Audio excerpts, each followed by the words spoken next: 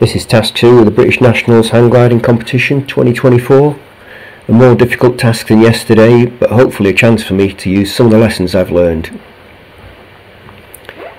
The task starts again at Chabre and heads along the ridge towards Col Saint-Jean, same as yesterday. The radius at Col Saint-Jean is larger today, so not so far to go before turning back towards the takeoff site.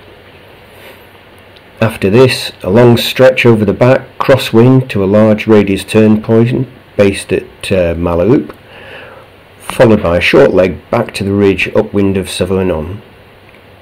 Once there, an interwind leg of about 8 kilometres takes us just north of the campsite, and we turn around and head to goal from the south. Task distance is about 43 kilometres, so about 8 kilometres further than yesterday.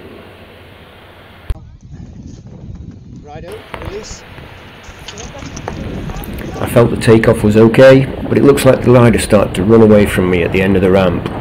All good though, and this time I had a working phone and clean lenses on the camera, so I'm quite comfortable. I had ended up being one of the last to take off again, so not a great deal of time to hit the first start gate at 3 PM. So I gave up on the first start gate and managed to get to nearly 8,000 feet in time for the second start at 3:20.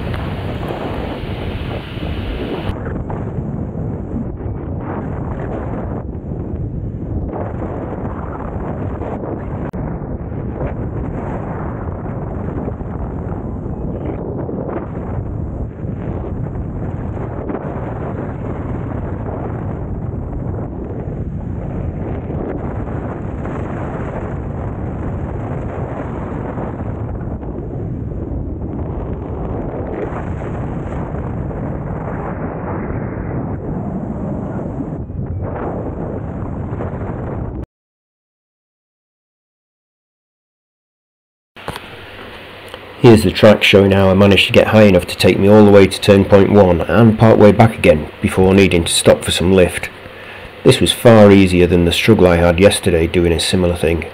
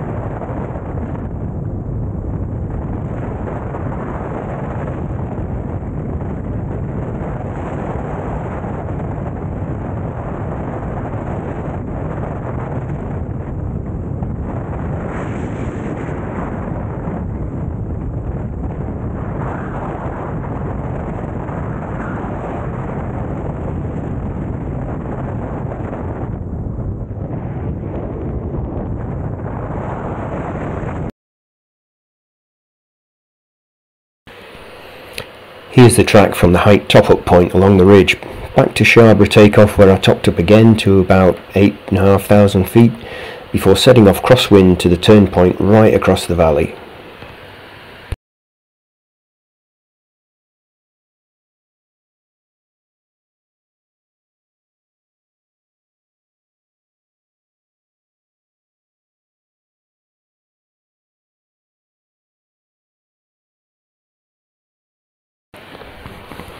In discussions afterwards, there seemed to be 3 strategies for crossing the valley.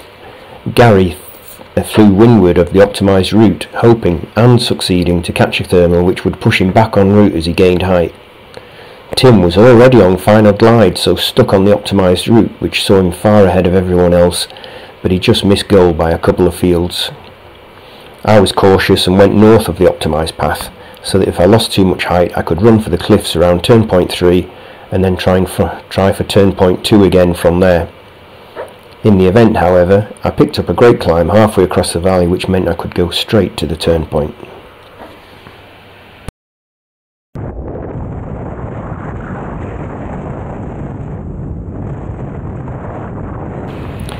This thermal in the middle of the valley took me to about 10,400 feet, which made me comfortable about getting to turn point 2 and possibly turn point 3 as well.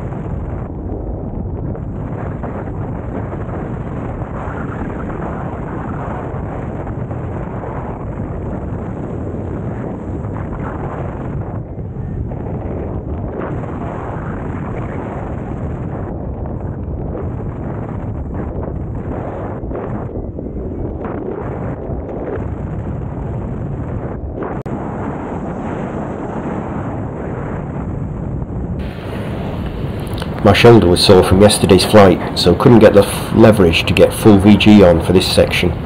I also needed to sort my angle of dangle out to get a more streamlined position, but I still managed to get to 80 kilometers an hour. No need to worry about height loss here, because I was sure I could make it to turn point 3 well above the cliffs, where there was sure to be lifting air.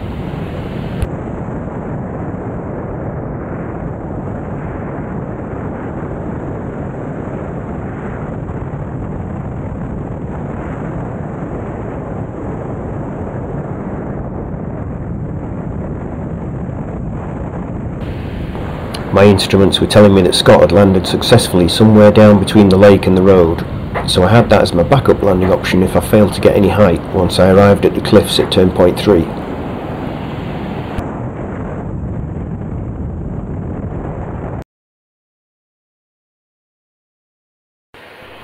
Here's the track from the valley thermal through turn point 2 and onto the cliffs at turn point 3.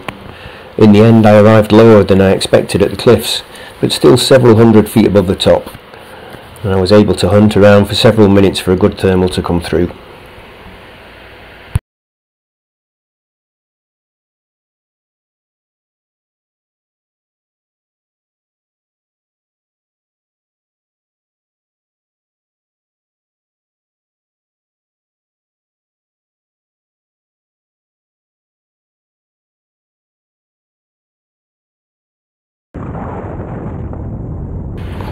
I arrived at turn point 3 with nearly 6,000 feet and had lied to goal of 12 to 1. This dwindled to nearly 5,000 feet while I was searching, but eventually lift came through and took me up to 10,300 feet with a 5 to 1 glide needed over the last 11 kilometers of the task.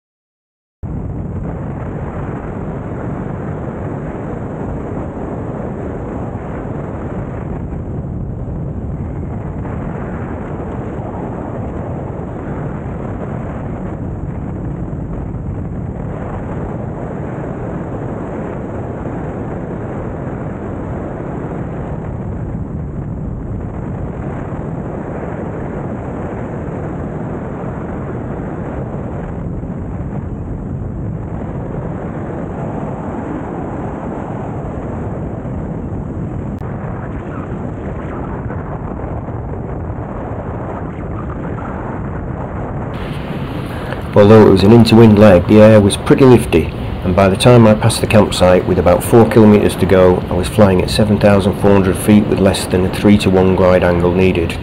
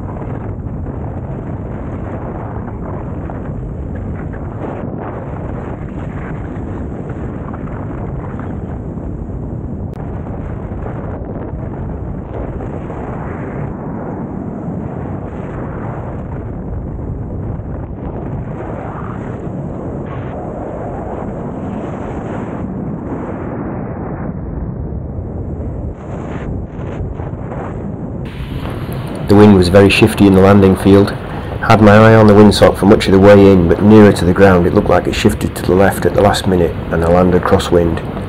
A run-off was needed, but no harm done.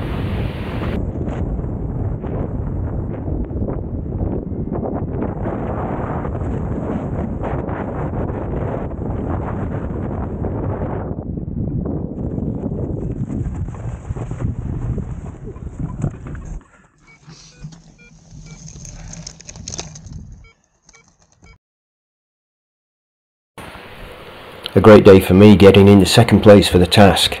It looked like Daniel got into goal just 20 seconds after me, though I couldn't spot him. I benefited by 20 minutes since I took the second start gate.